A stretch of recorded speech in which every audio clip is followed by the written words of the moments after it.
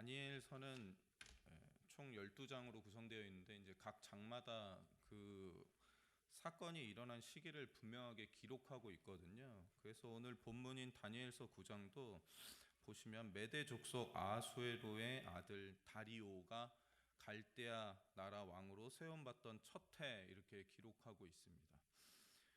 그리고 우리가 지난번에 살펴봤던 다니엘서 이제 5장 31절과 6장 1절에도 메대 사람 다리오가 나라를 얻었는데 그때 다리오는 62세였더라. 그리고 6장 1절에 이제 이 다리오가 자기 뜻대로 고관 120명을 세워서 전국을 통치하게 하려고 하였다라고 나오고 있거든요.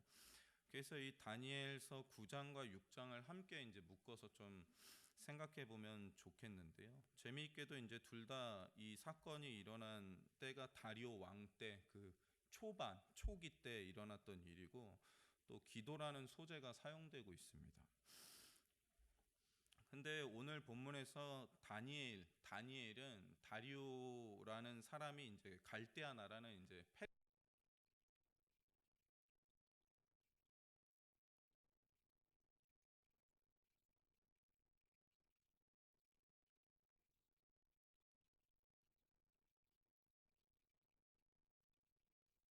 멸망시키고 페르시아 제국을 열어가고 있었는데 어찌됐든 이제 페르시아 사람이 갈대아 나라라는 바벨론 나라를 이제 집어삼키고 그 나라 왕으로 세움받던 첫 해에 다니엘이 무언가를 깨닫게 됩니다. 그래서 구약 성경을 통하여서 특별히 이제 예레미야라는 책을 통하여서 예레미야 선지자가 썼던 책, 그 남겨진 책을 통하여서 바벨론 포로의 이 끝나는 시기, 그 70년의 연수를 그가 깨닫게 되죠. 어떠한 일이 이제 일어나게 되는 특정한 날을 계산했다고 하는 것이 매우 위험한 일이잖아요. 그래서 지금까지 있었던 이 사이비 종말론자들이 내가 종말의 시기, 예수님이 다시 오시는 그 날짜를 계산했다고 또 그 날짜를 계시받았다고 말하면서 사회적으로 큰 해악을 끼쳤던 많은 일들이 있었지 않습니까? 그래갖고 막 무리를 일으켰었는데, 근데 오늘 본문에서는 다니엘이 예루살렘의 황폐함이 그치게 되는 70년의 연수를 깨달았다고 이제 말하고 있습니다. 근데 다니엘이 깨달은 이 70년이라는 연수는 이게 그냥 성경에 딱 나와 있거든요. 70년이라고. 그렇기 때문에 깨닫기가 어려운 날짜가 아니었습니다. 바벨론 포로 시기는 이미 70년이라는 기간으로 하나님께서 한정 지어졌죠. 물론 그 70년이라는 숫자가 이제 여러 가지 의미가 있지만 어쨌든 이 70년이라는 기간으로 한정 지어놓은 그 문구가 예레미야 25장에 분명히 명시되어 있을 뿐 아니라 이미 이 일이 지금 다니엘이 그 연수를 깨달은 그 때 이전에 이미 일어나게 됩니다. 즉 이 일은 이 다리오 왕 때가 아니라 고레스 이전의 고레스 왕 때에 고레스가 바벨론을 무너뜨리고 페르시아란 대제국을 형성한 다음에 이미 은혜를 받고 나서 선포했어요. 다 돌아가라 이제.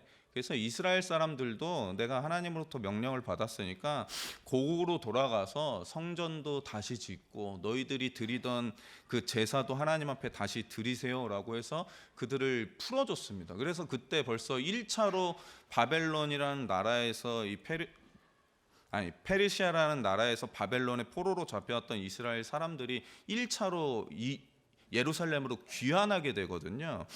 그리고 이거에 대해서 에스라도 자기의 책 1장 1절에 바사왕 고레스 원년에 여호와께서 예레미야의 입을 통하여 하신 말씀을 이루게 하시려고 바사왕 고레스의 마음을 감동시키셔서 그가 온 나라에 공포도 하고 조서도 내려서 이 일이 벌써 이루어졌습니다라고 얘기했습니다. 그게 벌써 딱 70년이 되는 때이죠. 그래서 이 일은 이미 성취되었고 계속해서 성취되어 가고 있는 것인데 이미 고레스라는 왕에서 중간에 여러 왕을 거치고 다리오가 페르시아의 이제 또 새로운 왕으로 올라섰을 때야 다니엘은 이 연수를 깨달았다고 말하고 있는 것이죠. 그러니까 한참 뒷북을 치고 있는 것이거든요.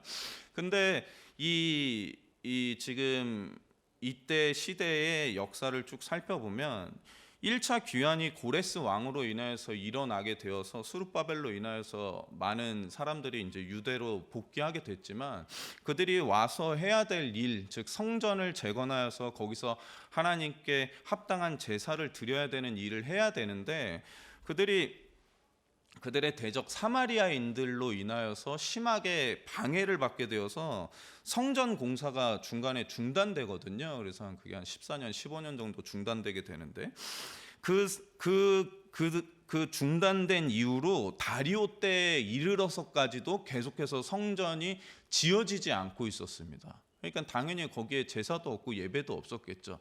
그때 이제 다니엘이 이것을 깨닫고, 하나님이 예레미야를 통하여 말씀하신 그 연수가, 그 70년이라는 연수가 다 차게 되어서 이제 하나님이 이스라엘 사람들을 다 풀어주고 고국으로 돌려보내서 온전히 회복시켜주는 그 일들이 계속해서 예루살렘에서 일어나야 되는 것이 마땅한데, 지금 여러 가지 사정과 어려움 때문에 그 하나님의 성취의 일들이 예루살렘에서 이루어지지 못하고 있는 것을 깨달은 것이죠. 뒷북은 뒷북이긴 하지만 이미 성취된 그 일이 계속해서 진행되어 나가고 확장되어 나가야 될 텐데, 그러지 못하고 있음을 그가 또 그러한 소식들을 들었지 않겠습니까?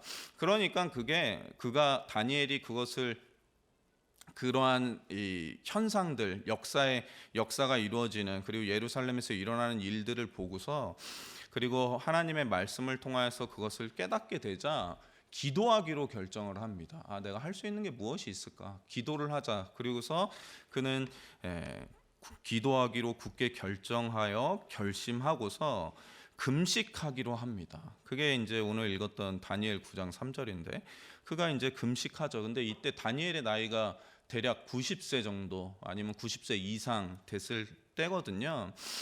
할아버지 중에 할아버지인데 이 금식한다는 게 쉽지가 않거든요. 나이가 많이 들면 곡을 끊었다간 잘못해서 목숨도 잃을 수 있는데, 다니엘 이 할아버지가 젊지가 않아요. 굉장히 나이가 많으신데 금식하기로 결심합니다. 그리고 베옷을 챙겨 입죠. 그리고 심지어 스스로 그 나이 많은 할아버지가 죄를 덮어 쓰는, 그러니까 너무나 마음이 찢어지고 무너지는 가운데 하는 기도, 그냥 단순히 퍼포먼스적인 그러한 기도가 아니라 정말로 참회의 기도, 슬픔의 기도, 회개의 기도를 하기로 결심하고, 그러한 외형적인 것을 갖추고서 하나님 앞에 나아가서 기도하고 간구합니다. 그리고 나서 9장 4절 이하에 이제 다니엘이 드렸던 참회의 기도의 내용이 쭉 나오거든요. 그것을 읽어보면 참 가슴 아픈 그러한 내용들을 그의 입으로 얘기하며, 그 민족들을 제발 참아달라고, 회복시켜달라고, 구해달라고, 그것이 우리 때문이 아니라 당신 때문이며 당신의 이름 때문이며 당신의 공의 때문에 그리하셔달라고 그렇게 간곡하게 하는 기도의 내용이 나옵니다. 그리고 나서 그의 기도를 한 구절로 요약한 게 이제 다니엘 9장 20절인데요. 이렇게 말하고 있습니다. 내가 이같이 말하여 기도하여 내 죄와, 자기 자신의 죄도 여기 포함됐다고 말하는 것이죠. 그리고 내 백성 이스라엘의 죄를 자복하고 내 하나님의 거룩한 산을 위하여 내 하나님 여호와 앞에 간구할 때에, 이렇게 말하고 있습니다. 그리고 나서 21절에 이러한 다니엘의 금식하며 베옷을 입고 죄를 덮어쓰고 하나님께 참회하며 회개하는 기도의 응답으로 곧바로 가브리엘이 찾아옵니다. 다행이죠. 이게 기도가 오래 갔으면 금식을 몇 날 며칠 해야 됐을 수도 있는데, 하나님께서 금방 다니엘을 찾아오셔서 말씀하시는데, 놀랍게도 이렇게 가브리엘이 말하죠. 9장 23절 상반절을 보시면, 곧 내가 기도를 시작할 즈음에 명령이 내렸다. 이제 너에게 알리러 왔느니라, 이렇게 말하고 있습니다.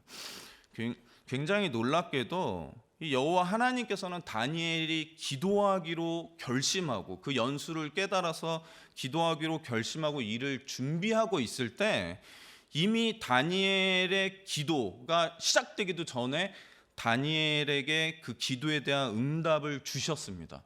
그리고 가브리엘에게 가서 전해라, 가브리엘이 좀 천천히 온 거죠.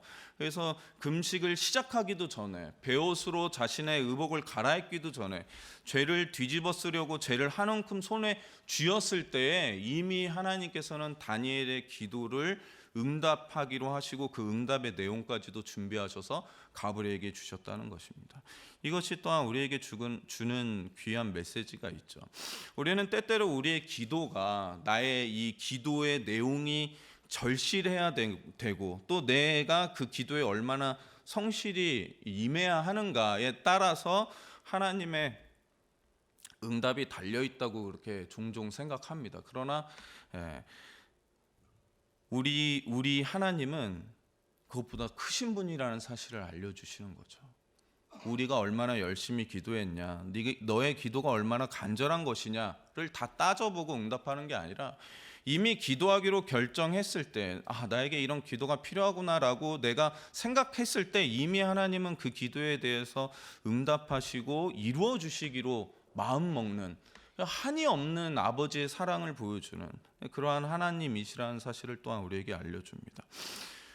그리고 나서 다니엘이 하나님으로부터 온 가브리엘을 통하여서 이 기도에 대한 응답에 대한 메시지를 듣게 되고 나서 다니엘이 이제 무엇을 했을까요? 다니엘의 기도는 완전히 부정할 수 없는, 의심할 수 없는 100%의 확실한 응답을 받지 않았습니까?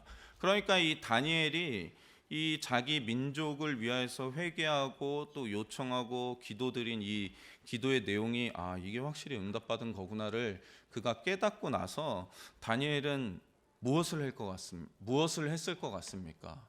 또는 우리가 기도가 성취되고 나의 기도가 응답받았다면 우리는 그 이후에는 뭘 할까요? 제가 물 한 잔 좀 마셔도 될까요? 제가 설교 중에는 거의 안 마시는데, 기도가 응답됐습니다. 그러면 그 다음에 뭘 해야 됩니까? 그렇죠. 감사 기도를 하겠죠. 맞습니다.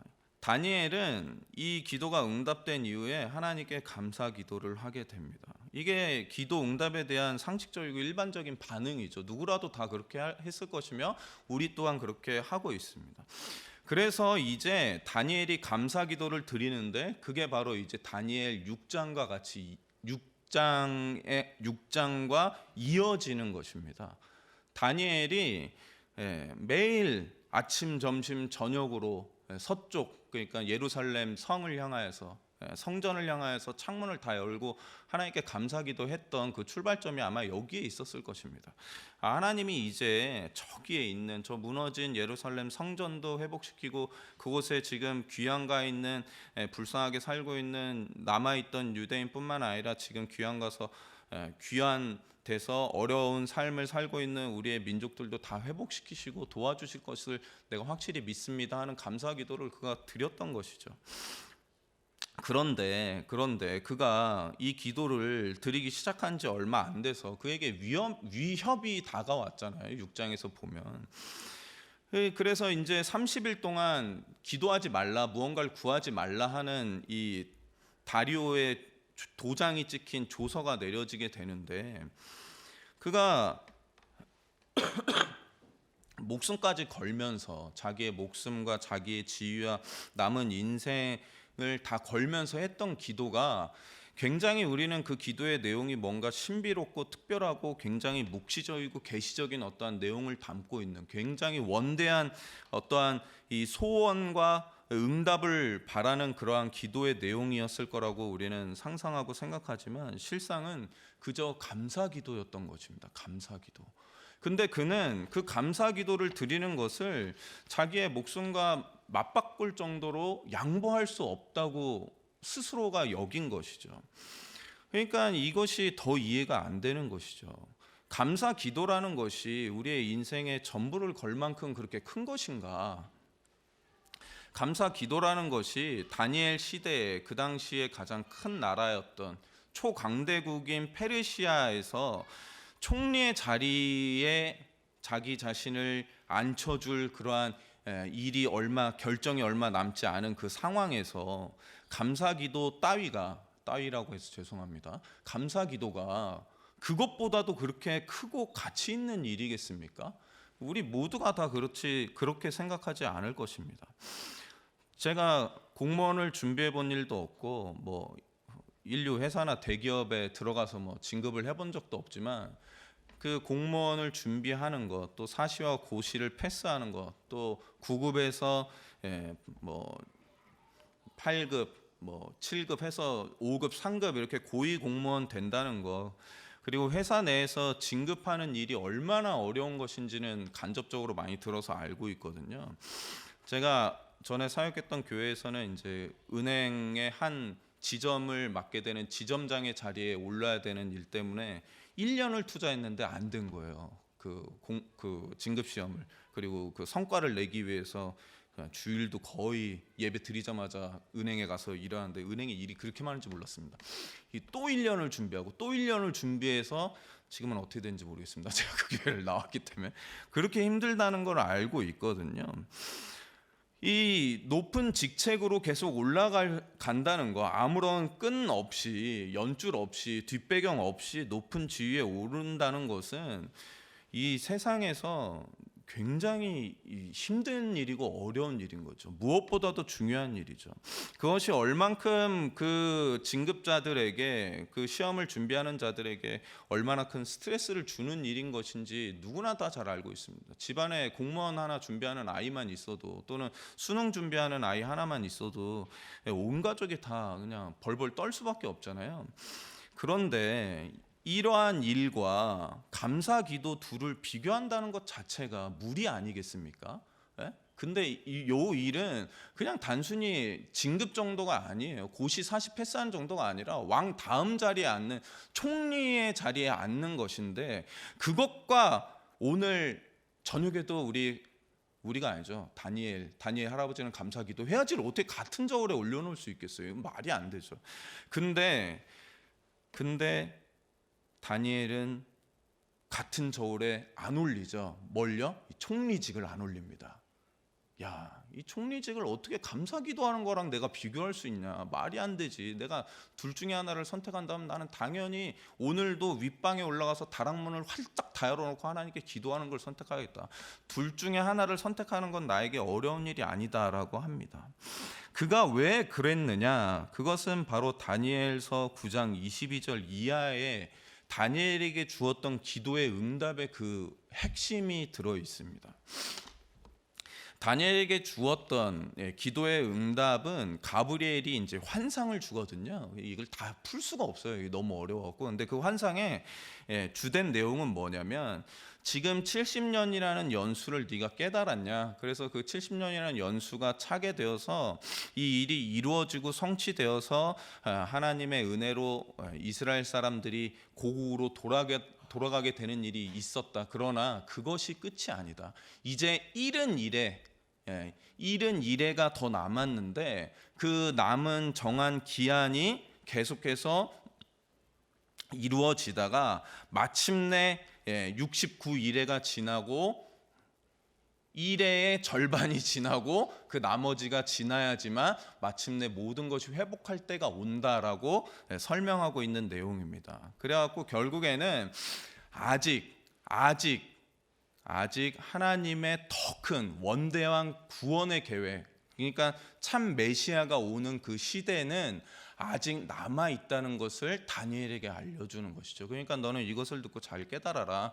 지금 이스라엘 사람들이 포로에서 풀려나는 것, 그것이 최종 종착지가 아니라 마침내 모든 것을 회복할 하나님의 참 기름 부음 받은 자가 오심으로 인하여서 24절에 나와 있듯이 내 백성과 내 거룩한 성을 위하여 70일을 기한으로 정하였나니 모든 허물이 그치고 죄가 끝나며 죄악이 용서되며 영원한 의가 드러나며 환상과 예언이 응하며 또 지극히 거룩한 이가 기름 부음을 받게 되는 그때가 아직 남아있다라고 하나님께서 알려주신 것입니다.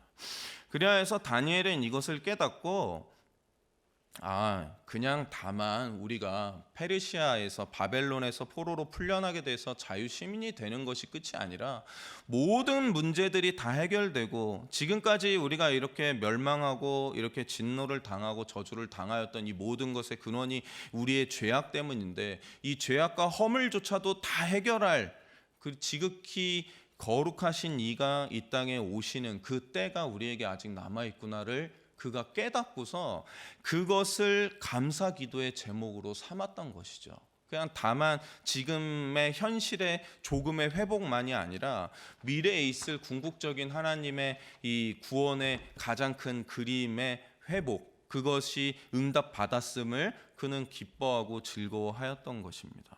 그렇다면 이 정도의 기도라면 세상의 다른 어떤 것과도 바꿀 수 없는 기도 내용 아니겠습니까? 그래야 해서 그는 이 기도의 응답의 내용이 자기가 가지고 있는 지금의 모든 것보다도 더 뛰어난 것임을 알게 되는 것이죠. 이것이 정말로 최고의 가치구나를 깨닫게 되고 그래야 해서 그것을 위하여서 기도하기를 쉬지 아니한 것입니다. 또한 다니엘은 많은 환상과 계시를 받았죠. 고레스 때가 다리오 때가 이제 다니엘의 거의 마지막 끝 사역이었거든요. 그렇기 때문에 그 전에 이제 다니엘서의 모든 내용들이 다니엘에게 이미 알려졌고 해석되고 풀어진 때였거든요. 그래서 다니엘은 깨달았죠. 뭘 깨달았냐면 궁극적인 하나님의 나라의 도래라는 그것이 이 땅의 어떠한 강대국, 그것이 이전의 아수르든 바벨론이든 지금의 페르시아든 아니면 이후에 페르시아 이후에 있을 그리스라든가 로마든 상관없이 궁극적으로 도래할 하나님의 나라만이 온전히 남게 되는 것이며 모든 나라는 결국에 뜨인 돌에 의해서 다 파괴되고 무너질 것이라는 걸 확실히 알았던 사람입니다. 그러하기 때문에 자기가 페르시아에서 가장 높은 총리직을 차지한다는 것이 결국에 무너질 나라, 멸망할 나라에 기껏해야 그 정도 지위밖에 되지 않는다는 것을 잘 알았던 사람인 거죠. 그러하기 때문에 그는 그보다 더 큰 하나님의 나라에 차라리 다윗과 같이 하나님 나라의 문지기가 되는 것이 훨씬 좋다는 것을 스스로 잘 깨닫고 알고 그것을 신앙의 삶으로 보여준 사람이라는 것입니다. 그래서 그는 그렇게 기도할 수 있었던 것이죠. 그런데 이것이 지금 현대를 사는 우리에게 주는 메시지가 있죠. 이것이 이제 이 당시에 페르시아에 포로된 사람들과 또 이 글을 읽었던 로마의 지배를 받고 있던 유대인들, 또 계속해서 이어지는 많은 신앙인들에게 주었던 메시지가 있는 반면에 지금 우리에게 주는 메시지가 있다는 것입니다. 그것이 무엇입니까? 예수님께서는 이 땅에 오셔서 분명히 이렇게 말씀하셨죠. 그의 나라와 그의 의를 구하라. 그러면 나머지는 모두 다 더해주겠다 이렇게 말씀하십니다. 그런데 지금 예수님께서 죽으시고 부활하시고 승천하신 이후에 시간이 얼마나 많이 흘렀습니까? 이거 흘러도 너무 많이 흐른 거 아닙니까? 이 무려 2000년이나 흘렀는데 왜 아직도 안 오시냔 말이에요. 그분은 이때쯤 오셔야 되는 거 아닙니까? 최소한. 근데 안 오시고 계세요. 그러니까 기독교인들이, 현대인들이 지금 우리가 신앙생활을 하고 세례를 받고 처음에 예수님을 받아들이고 믿음으로 고백하고 그 뜨거운 열정을 갖고 신앙생활을 막 시작하고 났는데 시간이 이게 1년 지나고 2년 지나고 3년 지나고 안 오신단 말이에요. 그리고 심지어 내가 죽은 다음에도 이게 언제 올지 모르는 분. 그러니까 우리의 삶이 자꾸 그의 나라와 그의 의를 구하는 데에서 어디로 갑니까? 세상의 나라와 세상의 유익을 구하는 데로 가게 된다는 것입니다. 그러할 때마다 다니엘을 통하여서 다시금 하나님은 우리를 격려하시는 것이죠. 얘들아, 세상 나라는 멸망할 나라이다. 세상 나라의 가장 높은 지위라는 것조차도 하나님 나라의 문지기보다도 못한 것이다 는 것을 우리에게 알려주고 있습니다. 그리고 다시금 우리에게 도전하게 하죠. 90세가 넘은 다니엘조차도 그 나이 때에 자기의 목숨을 걸고 하나님의 나라와 하나님의 의를 구하는 감사 기도의 모든 것을 바쳐서 기도했던 것처럼 지금 우리로 하여금 그의 나라와 그의 의를 위하여서 기도할 수 있도록, 그것을 위해서 방향을 다시 재설정할 수 있도록 우리를 힘주는, 우리에게 다시금 도전을 주고 우리를 다시금 하나님이 원하시는 자리로 움직이도록 동력을 제공하는 말씀이라는 것입니다.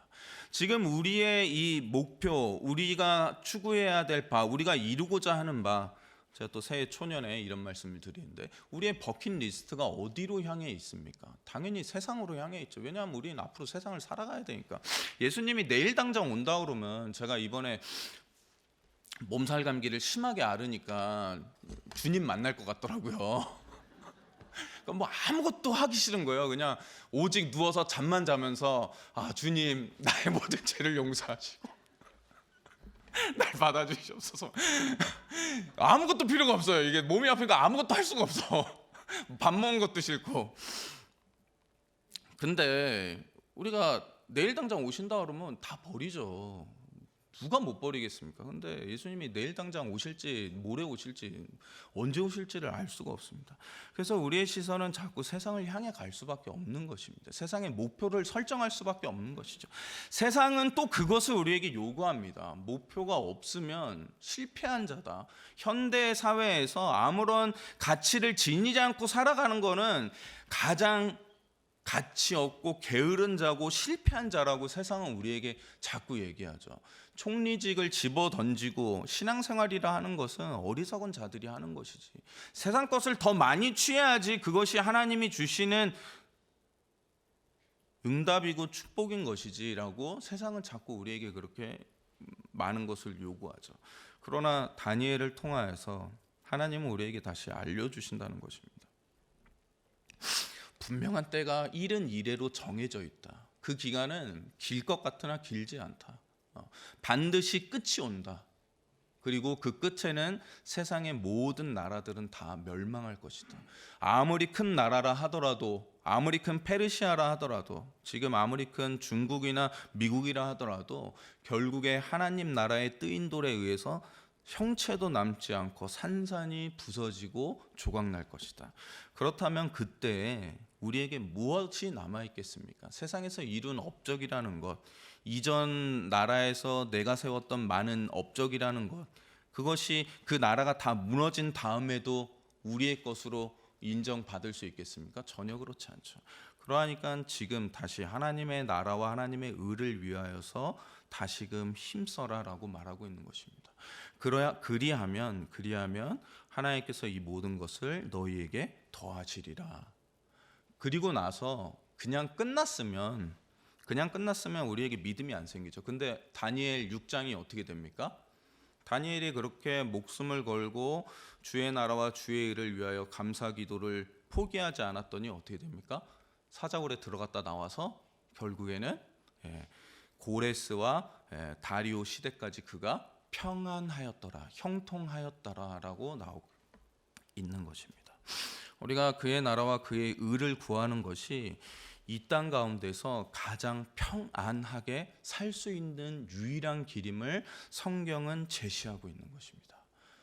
우리가 원하는 게 뭡니까? 저는 기독교인들이 때때로 바보 같다고 생각해요. 왜냐하면 그렇게 욕심이 없습니다. 우리 기독교인들은 대부분 건강한 신앙을 갖고 있는 분들을 보면 대부분 다 욕심이 작아요. 우리 안에서 이렇게 올해 소원 얘기해 보세요. 소망 뭡니까 물어보면 되게 좀 욕심이 작아요.